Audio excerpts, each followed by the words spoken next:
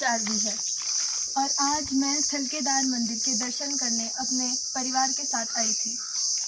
आज मैंने अपने जीवन में कुछ नए मूल्यों को अपनाया है, कुछ नई चीज़ों के बारे में मुझे पता लगा है जो मैं आप सभी के साथ बांटना चाहूँगी, क्योंकि ज्ञान बांटने से बढ़ता है। जिस भी जगह में पर्यटन होता है वहाँ पे कूड़ा करकट मिलना काफ़ी आम रहता है, क्योंकि काफ़ी प्रकार के लोग वहाँ जाते हैं। अब हम सब लोगों को रोक तो नहीं सकते हैं, ये एक सच्चाई है, परंतु हम अपने आप से एक बदलाव शुरू कर सकते हैं। जैसे कि आज मैंने यह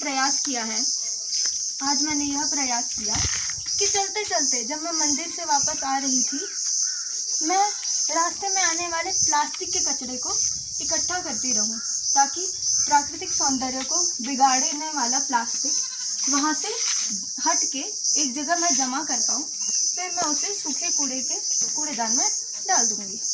लगभग 4 किलोमीटर के ट्रैक में हमें इतना मात्र प्लास्टिक का कूड़ा मिला है, जिसको हमने इकट्ठा करके प्लास्टिक की ही बोतल्स में और थैलों में रख दिया है, ताकि हम उन्हें एक साथ एकत्रित करके इनका सही तरीके से डिस्पोजल कर पाएँ।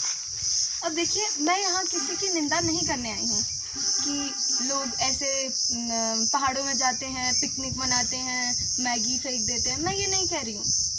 मेरा ये कहना है कि हम अपने आप से एक पॉजिटिव काम अगर शुरू करें। देखिए, अगर 10 लोग ऐसा काम करें, 10 लोग थोड़ी प्लास्टिक के चिप्स के पैकेट, टॉफ़ी के पैकेट ये सब फेंक दें, उनमें से अगर केवल मात्र 2 भी ऐसे लोग हैं जो चलते चलते, इसमें कोई कष्ट का काम नहीं था, हमारे पास ये थैले उपलब्ध थे, और हमें मज़े की बात यह है कि हमें ये थैले भी, इनमें से कई थैले और बॉटल्स हमें यहीं रास्ते में पड़े मिले थे।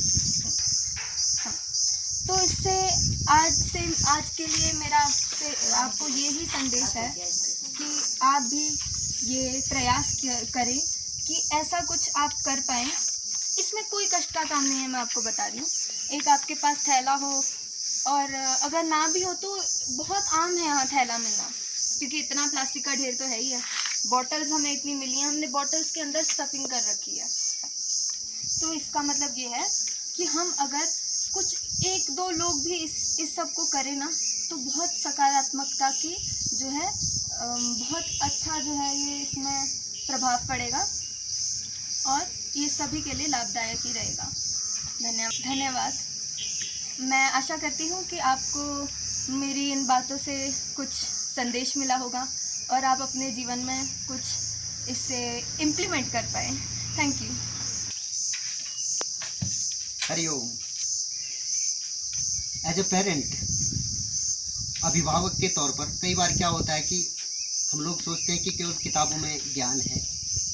आज का हमारा प्रयास रहा कि हम इस यात्रा के साथ साथ कुछ सीखें, सिखाएं। पर्यावरण हमारा है, लोग क्या करते हैं उससे ज़्यादा संबंध नहीं है।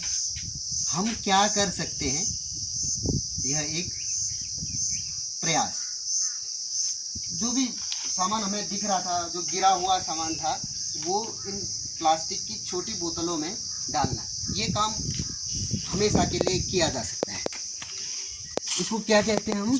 प्लास्टिक की बोतल में प्लास्टिक के जिन को भर के बंद कर देना। होगा क्या कि जो ये प्लास्टिक फैल रहा था, इसमें टॉफ़ी की छिलके या बिस्किट के, नमकीन के आदि के छिलके जो रैपर्स हैं, उनको हमने एक जगह इसमें डाल दिया। इसलिए क्या हुआ कि इतनी जगह पर ये पड़ा रहेगा, प्लास्टिक कभी गलता नहीं है। अगर ये पूरा ठोस भी भर जाए तो इसके प्लास्टिक ब्रिक्स बना सकते हैं, और ये रीयूजेबल उस अवस्था में हो सकता है जो हज़ारों टन, जिसमें मैंने 2 दिन पहले एक रिपोर्ट सुनी थी जिसमें बोला कि 2 पाकिस्तान के बराबर का स्थान प्लास्टिक से भरा हुआ है समुद्र के बीच में, वो पैसिफिक ओशियन के बीच में। वैसे ही अन्य सारे ओशियंस के बीच में भी वैसा ही पहाड़ बना हुआ है। हमने शुरू करना पड़ेगा। मैं ये नहीं कह रहा हूँ कि हमसे हम कुछ विशेष कर रहे हैं, कोई विशेष नहीं कर रहे हैं।